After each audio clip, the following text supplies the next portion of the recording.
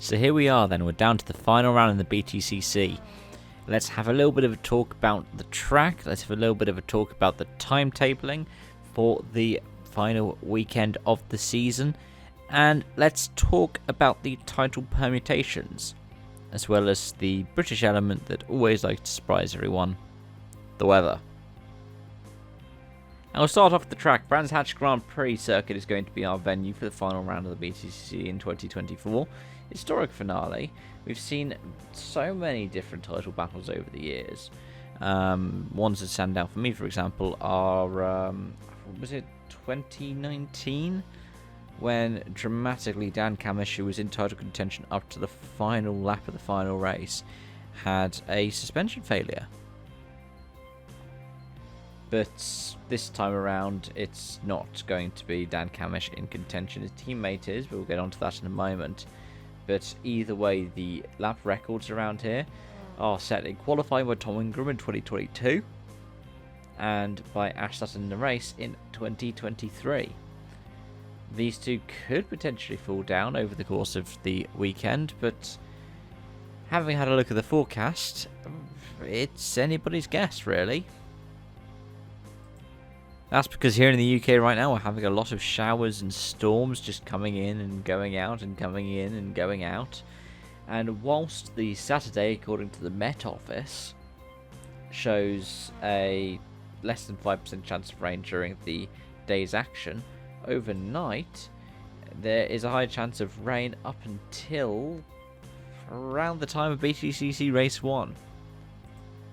That means that whilst there is still, well, a forecast for less rain over the remainder of the day, the chance of precipitation is still at its lowest over the course of the weekend at 30%. So it could easily be that we end up having a wet to dry or a dry to wet or a wet then a dry race.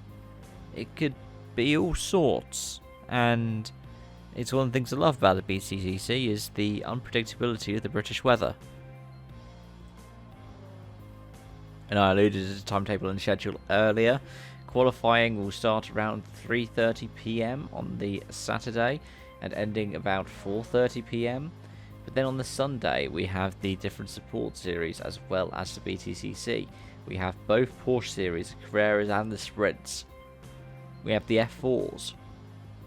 And we have the Virtue Motors Mini Challenge as well. First BTCC race is at 11:30. Second one is at 2:45. And the final one is at 5:35, which ends up creating this really cool atmosphere because the sun starts to set earlier now, and because we're in October. The final race, especially if it gets pushed back a little bit, goes into the sunset. And so you usually see spotlights on the winner's podium for the final race of the season. It's wonderful. It's really nice to see, and I really recommend sticking around for the entire race weekend to catch it. But it wouldn't be a championship finale without talking about the permutations. Now, technically, with 67 maximum points for the weekend, we have a 6-way title battle. I did mention Dan Camish earlier because he is only 56 points off the championship. But Colin Turkington is only 64 by comparison. So, yeah, Turkington's probably going to get knocked out at race 1. Then Cook at the same time, and maybe Camish as well. Then there's a round in hand, over a round in hand between our top 2 and Ash Sutton. He's in 4th on 332. And then our top 2 coming into this final weekend are tied. Tom Ingram could get another championship. He's currently on 365, 5 wins of the season, 5 seconds and 3 thirds. Jake Hill, on the other hand, is also on 365, from 7 wins, 1 second place, 5 thirds.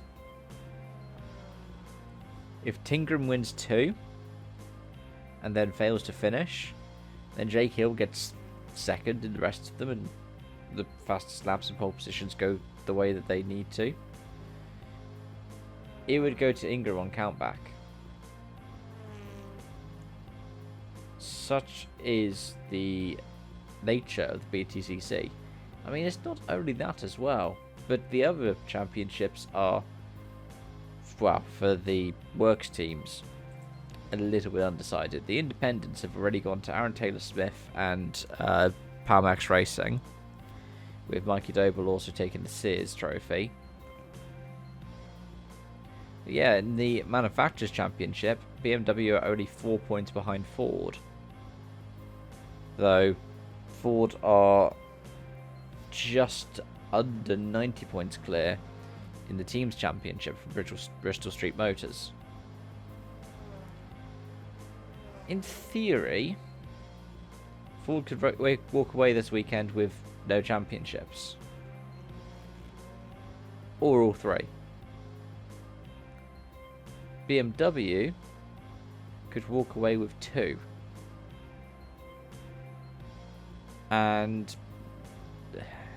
similarly, Bristol Street Motors most likely could walk away with 1. Anyways, let me know your thoughts and feelings, and especially any kind of predictions you have on the split in the comment section down below. Thank you so much for watching, and I hope to see you again soon. I hope to have the review out at some point this weekend as well. So until then, it's bye-bye for now.